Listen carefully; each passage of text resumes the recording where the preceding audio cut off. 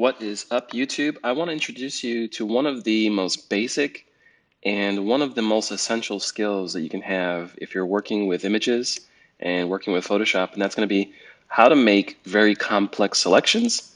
And most likely, you want to make those selections in the most non-destructive way possible. And what I have here is a very complex image because we don't have a whole lot of contrast between the background and the complexity of the hair here. I'm going to zoom in just so you can see we have little fibers of hair, which is if you're just trying to use something like the lasso tool or the pen tool, it's just not enough, and you're going to need to actually get in there. But thankfully, there are shortcuts that Photoshop gives us, and I'm going to show you how to do that. We're going to start off with the very basics, and we'll do a little bit of refinement, and hopefully you're going to learn how to make really good selections in very little time. So what I have here is nothing special. It's just a background image that's been locked down. As you can see here, it's background and it is locked. Nothing special done to that at all. And you won't really have to touch the original image at all. So I'm going to leave that alone.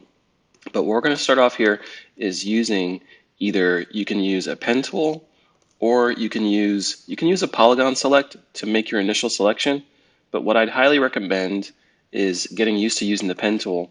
And if you're on a newer version of Photoshop CC, there's a tool that you may not be aware of called the curvature pen tool.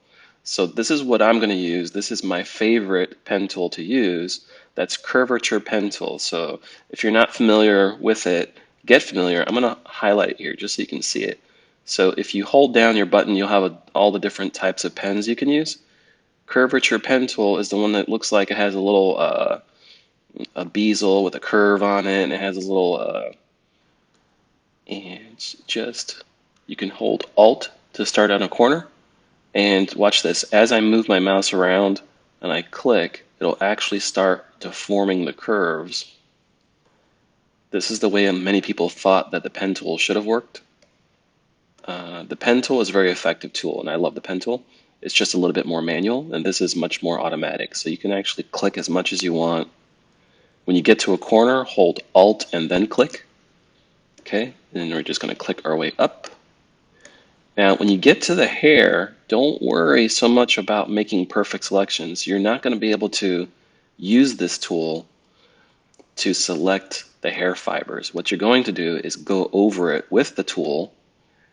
And I know it's kind of hard to see these lines. That's why I recommend using some kind of a darkening layer at times. You could use it right underneath your tool. So as you need to, I'm actually going to, I still have my curvature pen tool selected. Hold Alt on the corner. Okay, and I can zoom out. I can hold down the letter Z on my keyboard to zoom. And I'm going to go over a bulk of the hair, but I'm not necessarily concerned about the little spiky parts. And I don't have to worry about that right now because we're going to use Refine Edge to fix that up a little bit, okay? So click, click, click. When you get to a corner, I recommend when you get to a corner, just hold Alt and then click. Okay, and you can zoom as you need, click. And if you don't get a perfect selection on the edge, don't worry about it. This is a process that doesn't require perfection, unless it's something that's really critical. But if you're talking just like a few pixels on the edge of a face, don't worry about it, don't sweat it. Okay, and and hopefully there are some situations where you may not be able to see the background or distinguish the background from your subject. And that's okay too. Do your best to kind of fill in where you think it is. In this case, the sweater is very dark, so I'm just going to actually create where if I can't see it, I'll just create it. Hold Alt. And if you go outside your canvas, no big deal. It doesn't matter. Okay, so now we have a selection that is basically anchor points in a vector shape all around this character, all around the subject. So what you can do is you can right-click and say, make a selection. Okay, so your options box will show up, and my suggestion is don't let it feather. You do want to have anti-alias turned on. Okay, and we're saving this selection to a new selection. We're making a new channel. Okay, so there it is. Now we have the marching ants, as you can see, all around the character. All right, and as you can tell, it's not really getting the hair the way that we want it to, but we're going to fix that. But before we do that, we're going to make sure that we save that selection. We're going to go to the very top menu where it says select, okay, and then go down towards the bottom and you're going to go to save selection, and you're going to be presented with a dialog box. It's going to ask you, you'll have to see things like, what is your document called? Document, I named it called select model. The channel is going to go into a new channel, okay? And what are we going to call it? This one doesn't matter. For the sake of speed, I just call it OG for my original selection and hit OK. So now, with that selection saved, if I were to mess up and like, oh man, what happened to my selection? I could bring it back now by going to select and say load selection. What selection do I want to load, or what channel do I want to load? I want to load my channel called OG and then hit OK. Well, that's not the one. That's a different OG. Select, load selection. Yeah, this is where good naming comes. I had two OGs, right? Which one? The bottom OG, I guess. There we go. All right. So there we have it. We're not done. We're going to go to our image, right? Make sure we highlight over it, or if you, wherever you're going to actually work with the image, we're going to actually now go to select at the top menu there, and I'll put a thing there. Go to the top, go to select, select, and then we're going to go to actually an option that's called select and mask. And select and mask on legacy versions of Photoshop are called refine edge, but now it's called select and mask. Okay, so you're going to notice something here is it looks like she's like disappeared, or the background's disappeared, and that's partially true. There are different blend modes that you can go into to see your model. So if I go to view under the dialog box that comes up under select and mask, I can go change my view. I can see what it looks like on an overlay. This is good if you want to kind of see if you've missed any stray hairs, or you can view it against white.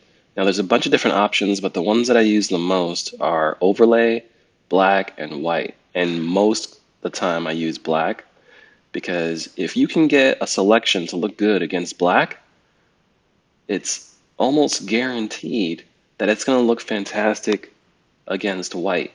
So I'm going to actually turn up the opacity just a little bit, just so I can distinguish my selection from the background, and adjust your mouse size. And we're going to actually use, there's a few different brush options.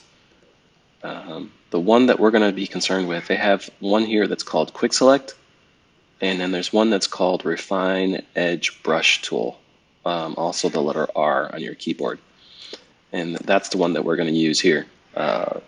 So with that brush selected, actually before I get started, I'm going to take a look at my options and make sure that I have the options that I want. So if you're starting out and if you're using this tool for the first time, most of these are going to be checked off. So I'm going to turn off edge detection for now.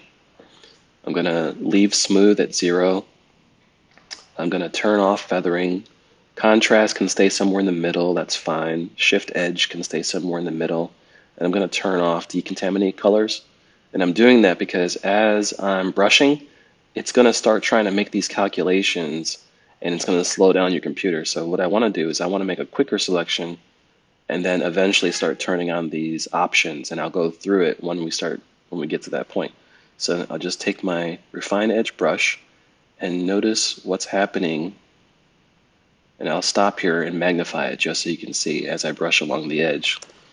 It is actually picking up those little fibers of hair that normally are not picked up from your basic initial selection. So I'm going to continue doing this, and don't do this around everything, only do this around the hair. When you start getting to very smooth sections of a subject, like let's say for example their skin or a sweater or a jacket, the refine edge brush tool isn't so great, and it might make a sharp selection turn kind of fuzzy and pixely, and that's not what you want. So I'll just continue. And just so we could, for the sake of seeing this, I'm going to switch the blend modes here in the back so you can see what's happening. So if I go to view, and I click on, let's see how this looks against white. All right. Now that's actually not bad at all. That's better than what I expected it would turn out. And that's before we've even started refining it. So what we're going to do is refine this a little bit. You can turn on, and I'll magnify this here, is you can turn on radius for smart radius. And what that does is it automatically starts trying to detect your selection and separate the background. And it does it for you automatically. In this case, we made such a good selection. I'm only going to leave that at the very small. It's not even making a difference. I'm going to turn it off for now, okay? I would stay away from smooth because it actually kind of does smears and smudges your selection. There are some times when that'll come in handy. Contrast is one that we'll take a look at. Now, if I turn the contrast all the way down, it takes away some of that sharpness and it might make your character look fuzzy. Now, you really can't tell here, but I'll put contrast for this image. It works at around 62%. The next thing I'll talk about, and this is where having your subject against black comes in handy. If I shift edge and I shift it all the way down to negative 100%, it actually starts feathering in automatically my selection. And if I take a look at this against white, it basically deteriorated most of my selection. Now, if I start going the opposite direction, notice what happens. The hair starts coming back, but if I go too high, now I have too much. So how much is the right amount? Well, you're going to have to eyeball it. And in this case, keeping it balanced right at the middle works out good. So I'll go back to, I'm going to hit the letter A to go back to a black background. The next really helpful one is called decontaminate colors. Now, if you have a subject that's against a very colorful background, this might destroy some of your selection a little bit. In this case, I'm only going to use it a little bit, and this is completely dependent on what your subject is. Okay, so decontaminate colors checkbox, and I set it to around 79% on this one. The higher you turn it up, it's going to look for things like color cast on the fibers of the hair. And we're going to output to, I'm going to magnify that, we're going to output to a new layer with a layer mask, okay? So I'll just hit OK. And notice what's happened here. It turned off my original background layer and turned on, copied over to a new layer with a linked mask, okay? So the mask is just like any other mask. If I were to actually take a white paintbrush and I started painting across outside, it'll bring back the background. That's not what we want, so I'm going to undo that. Okay, so what I'm going to do now, I'm going to delete this exposure layer. I don't really need this. Is go to Layer, New Layer.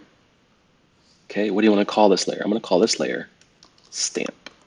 Okay, this is the dialog box that comes up for New Layer. I just named it Stamp. And I hit OK.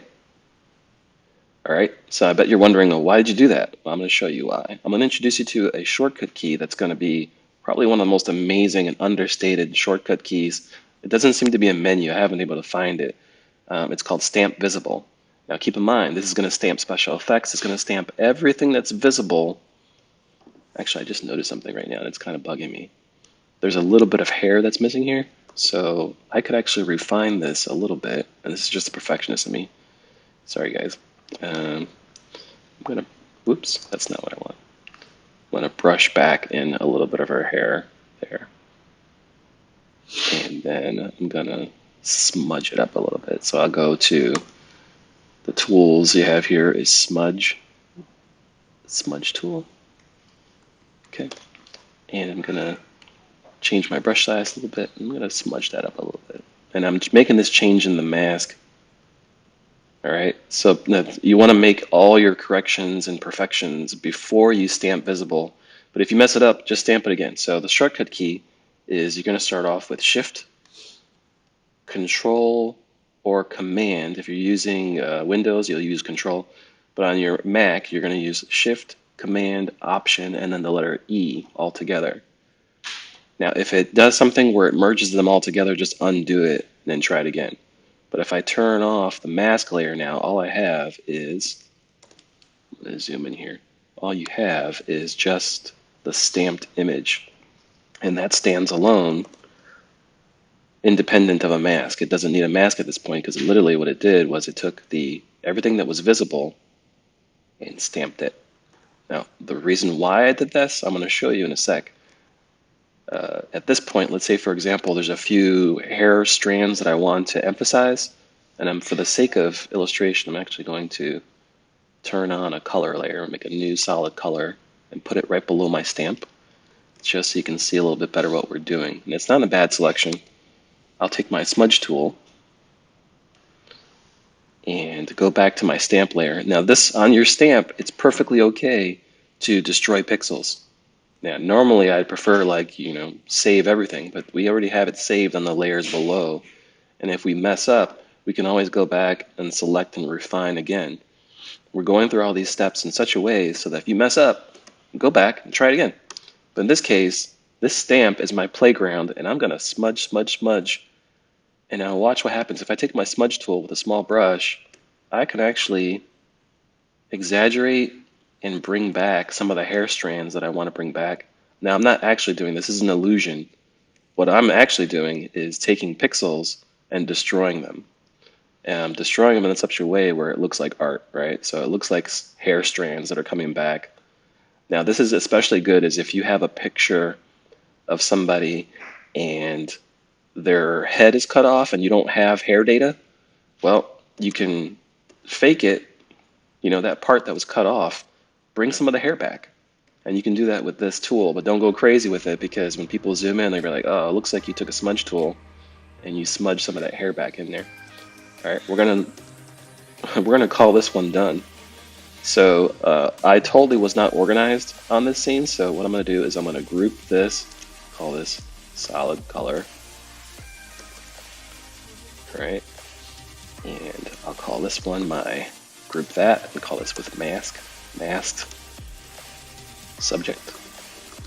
Okay, collapse that. My original background, all right, it's locked. You can double click and unlock it. I'm gonna group it with Control G or Control or Command G. Rename it and call this one original background.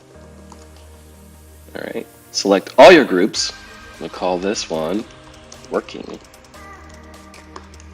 All right, so now we have, I can turn off the working, that also includes the background, turn off my stamp. My stamp is the only one that's left over. So when you're happy with this, I would save this out. Like say if you're dropping this in the scene, save it as its own document and keep everything separate and work dynamically. I hope you enjoyed this tutorial. If you, like I said, I'm just starting out.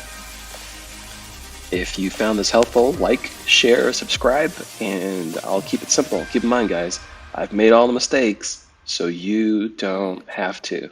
Thanks a lot.